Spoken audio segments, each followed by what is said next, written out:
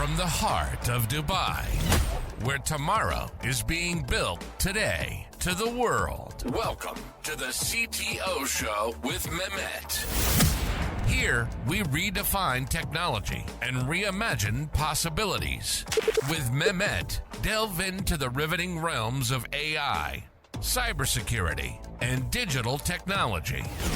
Experience the thrilling highs and lows of startups. Immerse yourself in the spirit of entrepreneurship and witness the future of business innovation being written in real time.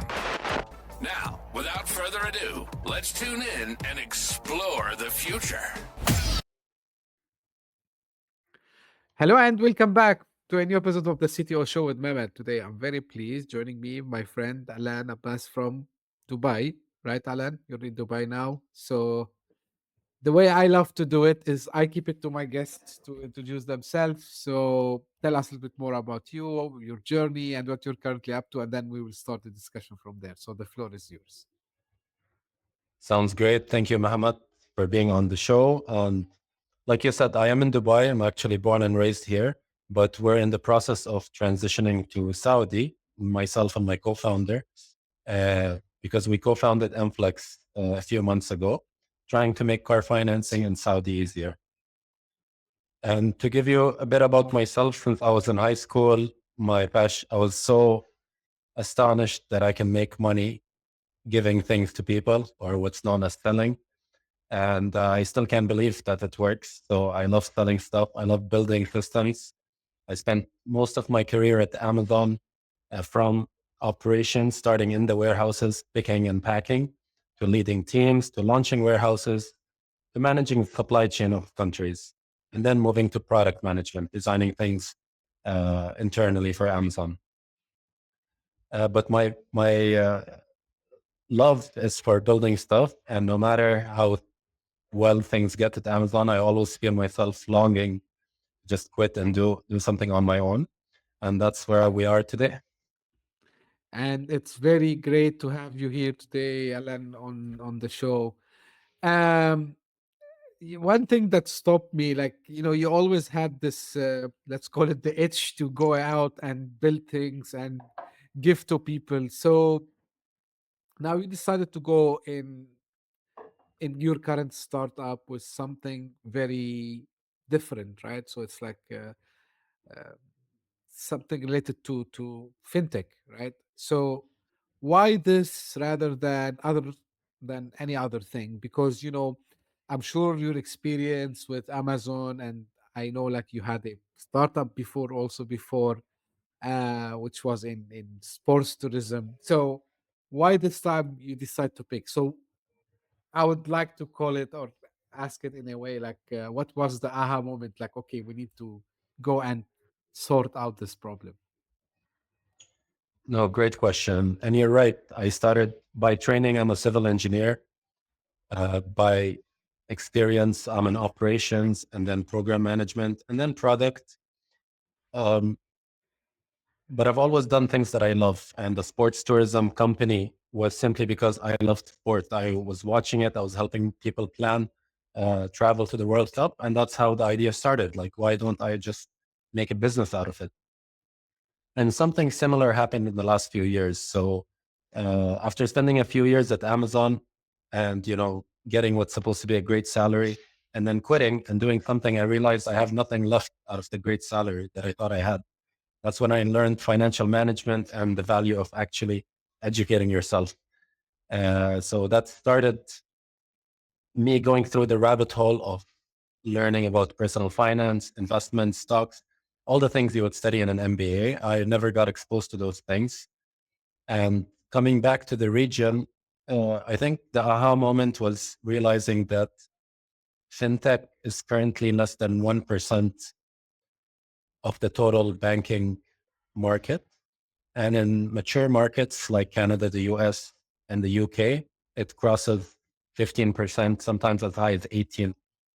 So if nothing changes and the regular progress of technology continues, we're expecting a 15 times increase in the fintech space. And I think much more important to be in the right market than to have, the right idea in a bad market, or even worse, a shrinking market. Also, I love it. I think technology is lovely. That's what I want to go deeper into it. And financial technology is even more fun. So right now I'm enjoying what I'm doing, and I hope that continues. Perfect. One small comment, like probably people who would be listening or watching us and hearing that, both of us were based in the Middle East, they might say, "Hey, but isn't the fintech space very uh, saturated over there?" Because if you look at any report or any study, I did that a lot also myself, right? So I want to see like the top uh, startups by sector, and always fintech comes number one. So is you just mentioned that we touched a very small percentage of that, but how do you think like this sector is moving in our region, and especially from consumers perspective?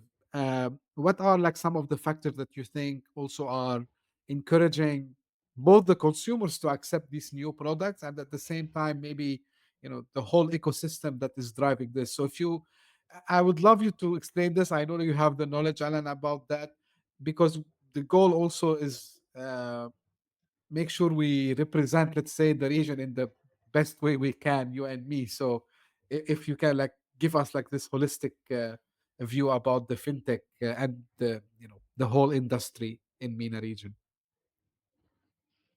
Absolutely. I think every company will become a fintech company. So aside from the growth, aside from all the percentage, we're already seeing it in the West, where Amazon, Shopify, every company that gets big enough needs to have a fintech component to it. And this goes in parallel with the trend of people. People are a lot more comfortable getting financial services on non-financial platforms. So if you trust the brand, if you're on Amazon.com and you trust it, you're okay to use their credit card or their points or their insurance or any kind of product from them. So I think this trend is continuing, whether you're in, tourism or automobiles or any either other tech. Eventually, you will touch on the fintech space, and that's why I think it's always from the highest funded startups in developing markets, and it will continue to do so. I think we're still like years away from saturation. I could be wrong, but I'm betting on it. And in terms of the region, I think a few things make this a much more exciting place. Like I worked in Canada and the US. In fact, I studied in Canada, worked there. All my professional career was there, and I had the chance to do a startup, but twice when I wanted to do startups in the tourism. And now I came back here. First time was Dubai, and the second time was Riyadh. Why? The opportunity is much higher here, in my opinion. One thing that comes to mind is the phone penetration that's higher than 100%, i.e., there's more than one phone per person. People are very tech savvy, and they're increasingly wanting the financial services to come to them. So we no longer are satisfied with just digitization, like having your bank in an app. We want the banking services to come in a regular user journey, what's known as embedded finance. And we think this trend can be seen, if you look deeper, if it's done well, you don't notice it. Like when you're buying a flight ticket and you have to add on the insurance at the last stop, it is embedded insurance. But if done well, you don't notice it. You feel like it's part of the trend we're seeing across all geographies, and we feel like the Middle East is, ripe for that kind of tech advancements. Great. So, Alan, your answer triggered multiple questions in my mind, which I wasn't prepared to ask, but it's good. So, but let me start with the one that I prepared. So, if I want to go with, you mentioned about the journey, right? So, how you can compare what you're trying to do now with your current startup from customer journey perspective in contrast to the status quo, right? So today, and I think this is something across the region, for finding finance for your car. Yeah, I know what you have to pass, but I will keep the answer for you. So if you take me through this journey, the status quo versus what you are offering? For sure. So the way it's done right now, it can be summarized as, a minor nightmare. It's not fun. Nobody looks forward to it. Even car lovers, they don't like the financing part. But basically, in Saudi Arabia, 92% of car loans or car sales take 7 or more business days to close. In UAE, it's a bit better, but it's a very manual process. You go, you pick the car, and then you need to deal with the financing, and it's generally frustrating because you don't have one clear place to go and just upload all your documents and get the answer. You need to play this game of, will I get approved here? How are the rates there? Do I need to share some PDFs on WhatsApp? Do I need to email?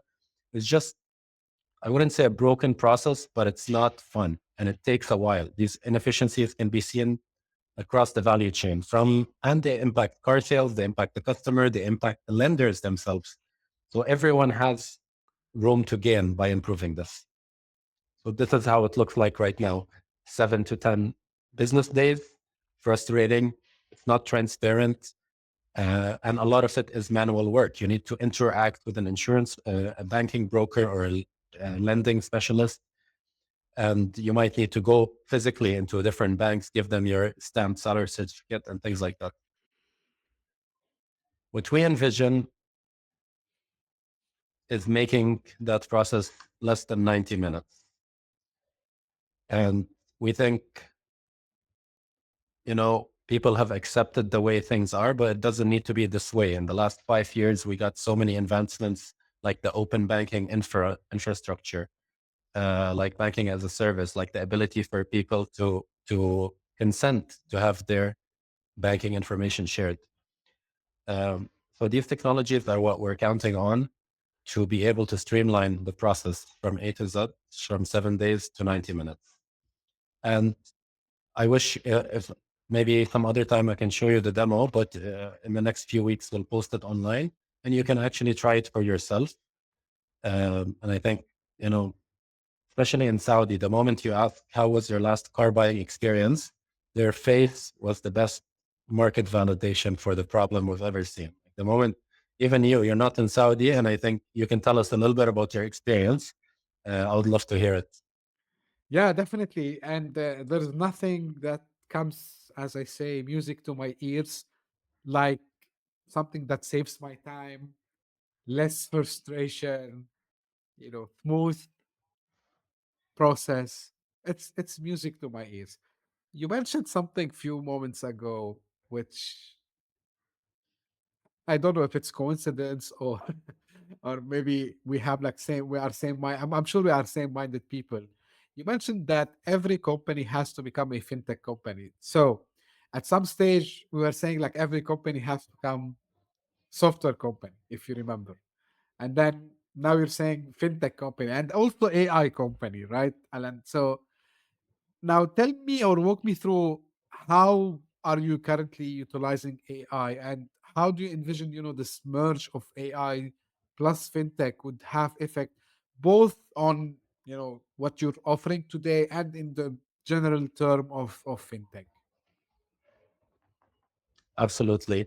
So we don't think of AI as a feature. We think of it as a fundamental technology. And, it's like having a website in the year 2000. It was something special. It was, wow, you have a website. Now, if you don't have a website, you're just behind. Same with AI.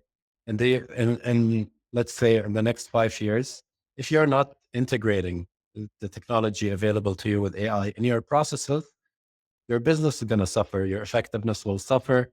Your headcount need will increase. And so, what I'm trying to say is, we don't try to use AI to solve a problem. We start with the problem and then see what's the best technology to solve it. So we're problem centric rather than technology centric.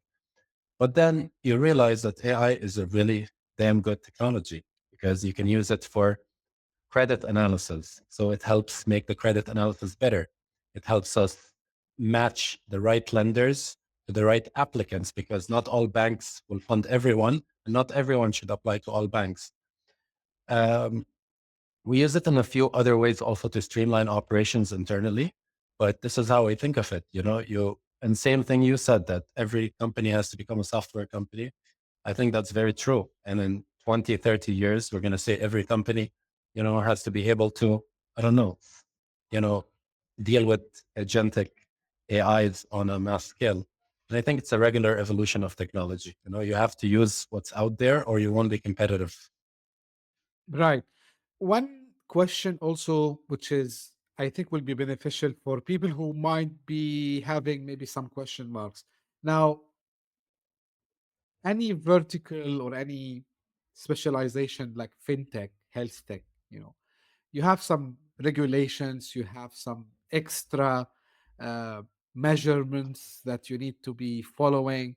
But let's talk about the regulations more. Like, how easy or complex is it currently in you think in our region for starting a fintech company? And I'm asking you this question to kind of bust some myths, I would say, right? So of course there are like two parts. You need to make sure that also you are safeguarding your customers data and so on and so forth. But when it comes to taking a license and uh, getting your boots on the ground and being able to start and getting customers, how complex, how easy it is, how have you seen it also moving, especially after where the AI became part of it also as well, and people want to have things moving much faster. No, great question. I think in the fintech space, you definitely need more awareness of the regulation than, say, like a consumer facing or a direct to customer brand. But it's not rocket science. We're lucky to be living in an era where, the regulation is published clearly. It's constantly being updated. I think, credit goes to, uh, the authorities or SAMA in Saudi's case, be very proactive in publishing those regulations. And what we've done, we've had questions about it too, right from the start, right from when we were working on the business model. Well, we did this three things. Number one is we went through all the regulations on the websites, downloaded them, hosted them on our own, little AI, and we're able to conversationally check with certain points because, sometimes it's pages and pages and pages, and it's better to just leverage some tech in that. That being said, wasn't enough to answer all the questions. We still, because we're working on the edge cases. So we reached out to the authorities. We reached out to them, and it was pretty quick. I think within a few weeks, we were able to actually get on the phone. We did that twice. We were able to clear all our questions with them, understand exactly where the parameters are so we can design and include that in our software design. So we're not handling, for example, the pieces of data that we're not supposed to, or we create our architecture in a way that makes it easy. So my advice to anyone working on fintech or thinking about it, it only takes you a few hours to go through all the regulation out there, or download it, put it on any safe AI that's not public, and check if your use case is governed by any specific things, and take that into account from the start, because it's really hard to change things around once you're running and you have customers and you have revenues, and you need to revamp your whole system. So that's my advice. And if you still think it's complicated, reach out to them. They're available on LinkedIn, via email, and they're responsive, which is something amazing. Right. You mentioned something about open banking, and I've seen this space going really fast, at least in this part of the world, which to my surprise wasn't as fast as you would expect, especially for example in Europe and other parts of the world. So I believe open banking is moving at a fast pace, and for fintech companies like yours, Alan, I think this is a crucial, because I mean you would be able to get the data much faster. You would be able to integrate with different banking systems at the same time. Now my question is, uh, why do you think that open banking is also something which is kind of you can't skip in the future? And I'm asking you this question because I get it sometimes when I try to explain to people about, the integrations that you can do with open banking and the opportunities that opens for you. Some people get stuck a little bit, like they say, okay, well, so what? Like, so answer us this, like, so what about the open banking? Why it's crucial? Great question. I think it's like fundamentally the way I think of open banking is that you own your own data. So what does that mean? Previously, the bank had access to all your data, and only they can fully utilize it. But the ownership transferred to you, which means you can use your data in anywhere you want. You can use it to apply to a car loan. You can use it to optimize your expenses. You can use it for retirement planning.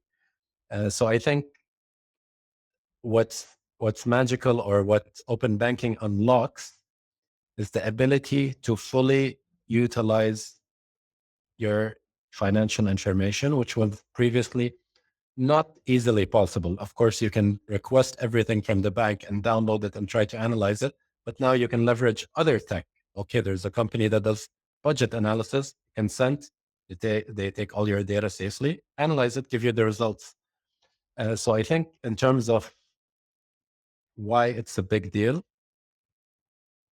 is unlocks like a whole new world of things that you can do. I mean, this is auto loans is just a small part of it. Like, and we haven't even gotten close to the peak. There's gonna be crazy things that come out of this that may be hard to visualize or talk about now. Otherwise, we'd be doing it. Yeah, indeed. Of course, I can. For me now, the sky is the limit, honestly, with anything, right? With the age of AI, and of course, and I highlight this, our ability to be more creative. Why? Because, finally we reach a stage where we can give the repetitive tasks, the boring tasks to the machine, and then we can go and try to think, okay, how we can make these things better, how we can be creative in this domain. So to your point, and I 100% agree that, the future is very, very bright to us. Now, one question which is not related much to the fintech as much as related to something, when I was preparing for this episode today, about the way you operate, Alan, yourself. So in your previous startup, like, you did it without funding, no mentorship, no previous experience, uh, and now, I'm not sure how different is it currently, but what do you think are the biggest lessons you have learned by bootstrapping? Again, I'd let you answer, and then I will tell you why I'm asking this question later. So, because I want to take your opinion, let's say, about something. So, walk me through, like, this experience of being somewhere where you've never been before, no support financially from investors, and you don't have someone to tell you, hey, you're doing the right thing, you're doing the wrong thing. Like, how is it psychologically, I would say? It's a lot scarier talking about it than it is when you're doing it. Like I was 25, 26. Nobody can tell me what to do. I don't need anyone to tell me what to do. I went by what I call Alan logic, which is sometimes completely stupid, but sometimes it works. So the advantage of it, because there's a lot of disadvantages that are obvious, the advantage is you can literally do whatever you want, and you guarantee two things. Either you earn or you learn. So if I don't make money, I learn something amazing. And that's how it became a sports tourism company, because there aren't any, if you check, even now, I think it's an underappreciated or underutilized segment, because everyone loves sport in the Middle East, Dubai, Riyadh. Everyone loves going and watching. But why aren't there tourism companies that specialize in that? This was my logic back then. I'm like, I want to go watch the World Cup. I checked, and there's a regular travel agency, but they don't know how to do the tickets. They don't know the nuances of attending World Cup is different than booking a vacation. And I'm like, okay, let me just make a poster and try to sell it and see if people are interested. And they did. So this kind of thing, I don't think will fly with an investor. It'd be like, okay, where's the business model? Where's the go-to-market strategy? Which segment are you targeting? What's your ideal customer profile? And that has its value, definitely. I think this is the way to get to $100 million business. But I think everyone should try starting their own thing because, you know, there is no right and wrong. The market tells you if you make money, you were right. If you didn't, maybe you weren't. Um, so yeah, it's scary if I think about it now, but in the moment I was having a blast. I was like, uh, even in school, selling a Pokemon card for 1 dirham, I would be excited and go tell my mom about it. So imagine me making, I think at the peak was like $100,000 a month revenues, not profits. It was amazing, something I envisioned, and then people buy it. Like, I still find that pretty cool.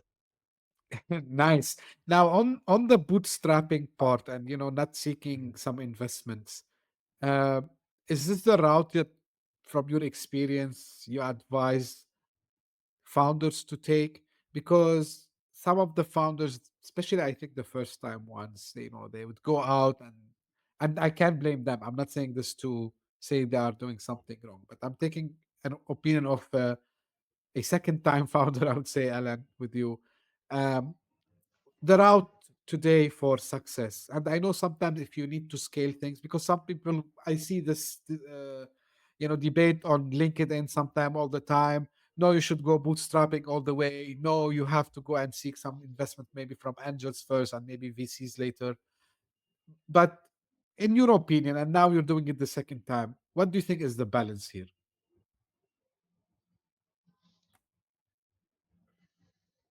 So 95% of businesses don't have any funding. 95% of businesses is everything we see around us, the brick and mortar stores, small shops, and all that.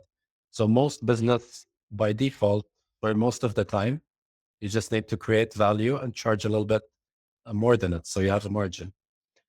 Um, the whole getting funding game, it's, I think, a different game. It's a game where you're not just trying to create a business, you're trying to get $1 billion business. And it's very hard doing that without having strong backing, whether it's investors, advisors, co-founders, deep expertise. So I think there are two different games, and it's important to know which game you're playing. And there's no right or wrong answer. And, my first startup, I played the first game, and now I'm playing the second game. But it's dangerous mixing up two.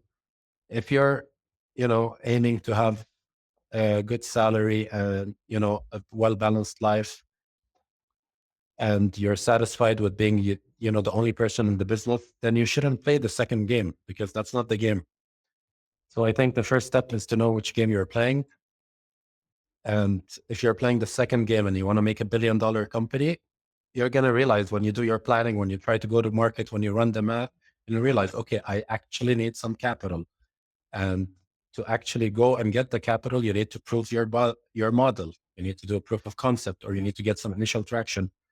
So my advice to anyone doing it is whatever opportunities are around you, try to take those. If you already have a full-time job, you're not going to be able to play the VC funding game, but you can start something on the side, or you can fund a small business on the side and, grow with it. Yeah, I hope that answers the question. I kind of forgot what the question Absolutely. No, was. no, you 100% answered the question, Alan. And What's your you take on it?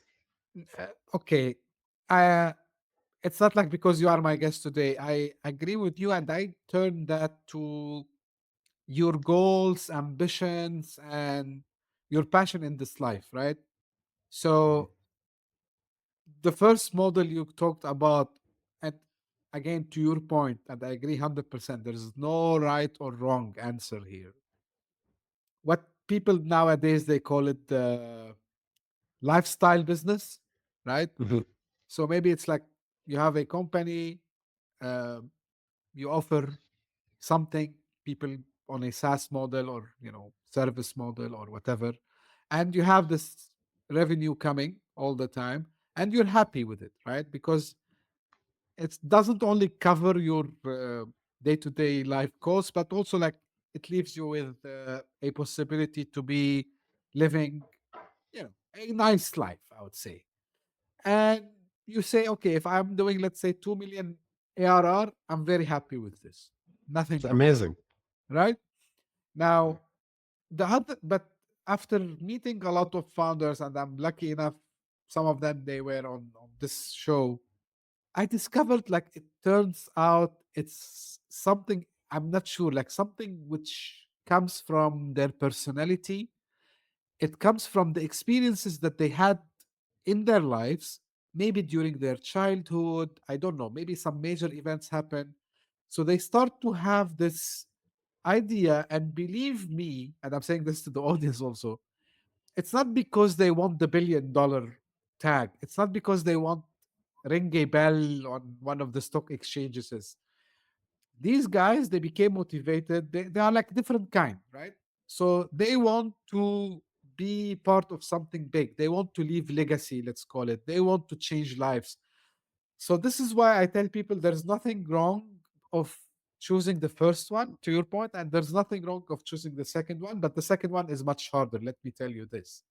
Um, and I've seen the people who do the second one, they have a lot of scars, and they keep getting these scars all the way. Um, but again, I noticed something you said now, Alan, which is very, very right. Some people mix things up and they start to jump from here to there and there to here. And then you see them like a little bit kind of lost, and even affects their personality. And I tell people, okay, sometimes you need to pause a little bit, take a deep breath, like just ask yourself why I'm doing what I do, right? So why I start this business, or why I want to do this business. Is it to have a good life for me and my family and loved ones? Or is it like, yes, that plus a bigger goal, bigger ambition? So I can't agree more with you, Alan, on this. And there's something you answered, like also in the previous question, I needed to re-highlight it, is you you said you earn or you learn, right? So this is what you said, Mm. right?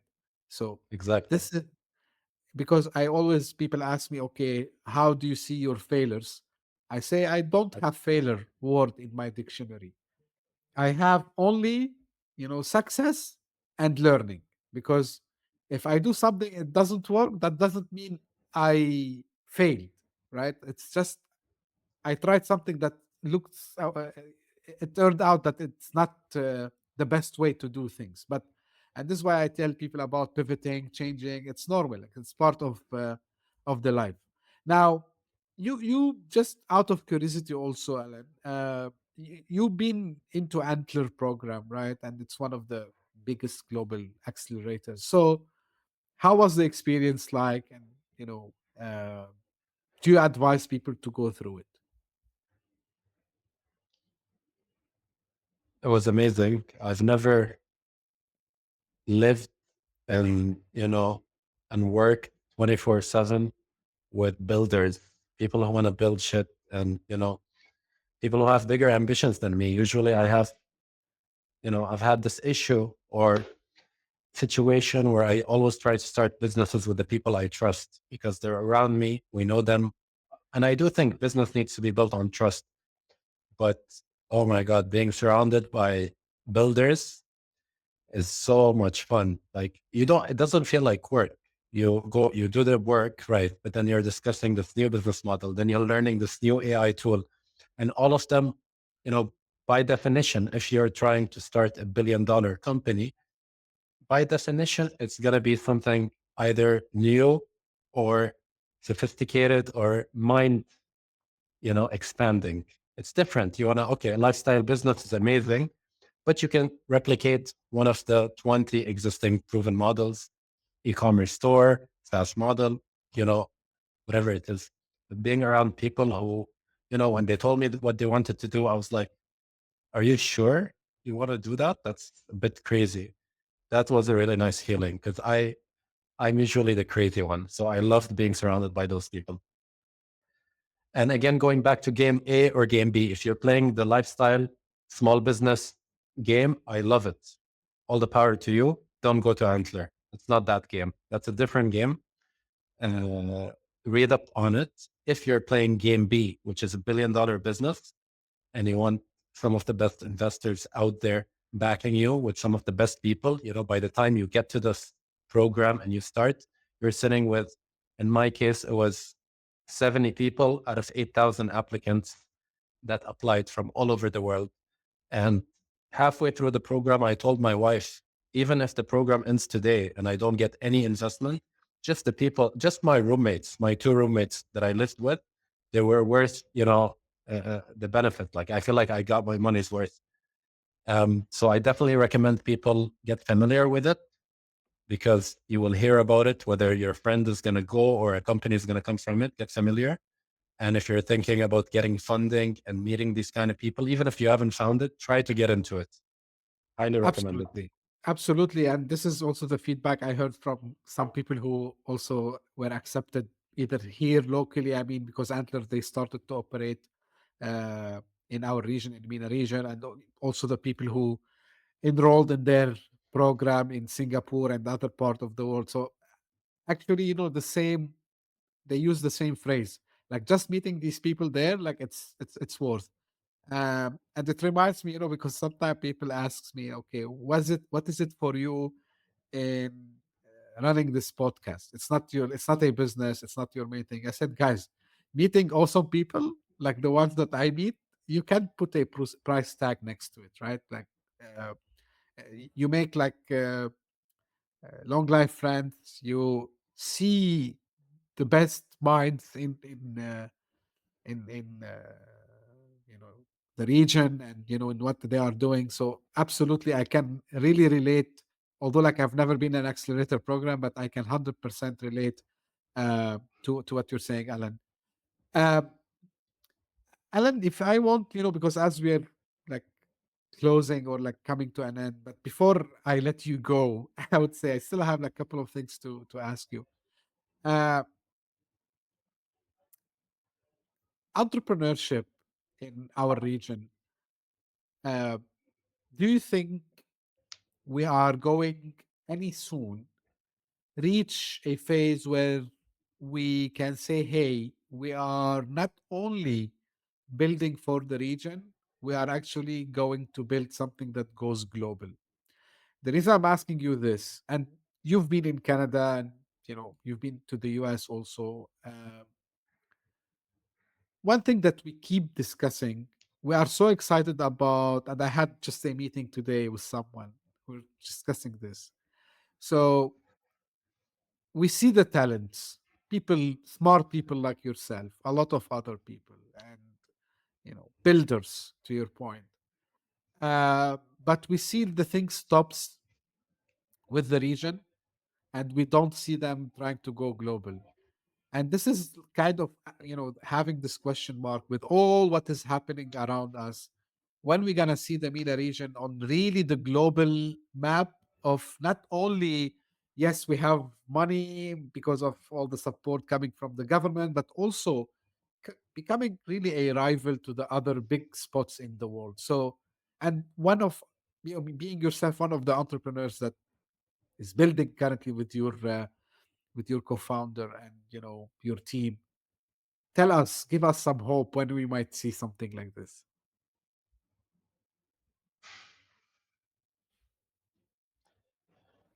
I don't know, but I think we're getting there. And I think the region is so vast that, you know, we have more people in the Middle East than the US, for example. If my math is right, US is about 330, and I think we're close to 500,000,000, especially if you include Pakistan, India areas.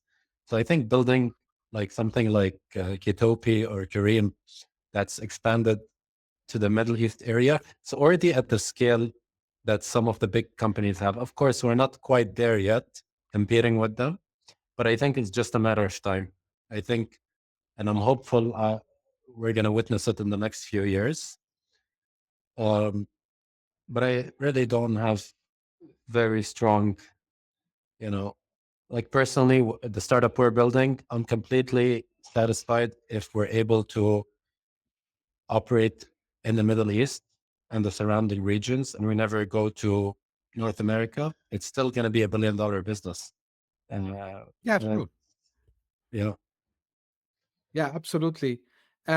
Alan, is there anything which you wished I had asked you and I didn't? Like, so this is the space I give my guests, like, if they want to share anything, any, I don't know, final wisdom words, I would say, like anything like you want to share.